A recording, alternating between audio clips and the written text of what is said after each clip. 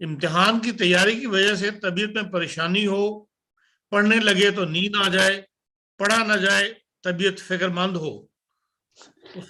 پڑھنے لگے تو سب کو نیند آتی ہے، یا پڑھتے ہوئے نیند آتی ہے، یا حضور کا خطبہ سنتے ہوئے نیند آتی ہے. یہ دو ہی ٹائم ہیں جن میں نیند اچھی آتی ہے.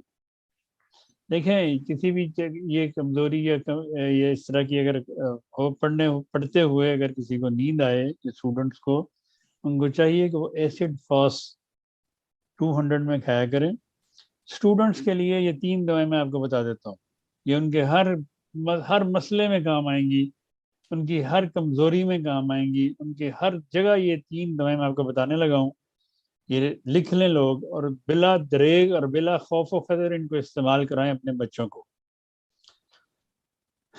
ایک تو ہے یہ ایسڈ فاسٹ 200 میں، اور دوسری ہے پکرک ایسڈ 200، اور تیسری ہے میوریٹک ایسڈ 200.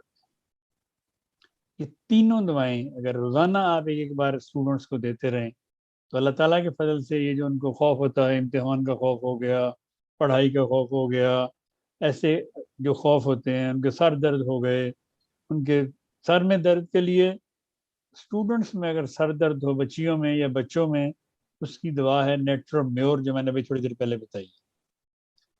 تو یہ 4 دوائیں ہیں. ان دوائیوں کے ساتھ آپ اپنے بچوں جو اسٹوڈنٹس ہیں ان کو آپ ہر طرح سے اللہ کے فضل سے ان کو ان سے صحت مند رکھ سکتی ہیں. ان کی توجہ بھی قائم رہے گی، ان کو درد بھی نہیں ہوگی، ان کا شوق بھی بڑھتا جائے گا. میوریٹک ایسڈ یا ایسیڈم میوریٹیکم 200، پکٹک ایسڈ اور ایسڈ فاس، اور نیٹرومیور خون پیدا کرتی ہے باڈی میں. ایسے بچے یا بچیاں جن میں خون کی کمی ہو وہ نیٹرومیور بلا دریغ لے سکتے ہیں. ایسے بچے یا بچیاں جن کے جسم میں ڈرائنس ہو، خشکی ہو، وہ اس کو بلا دریغ لے سکتے ہیں نیٹرومیور کو.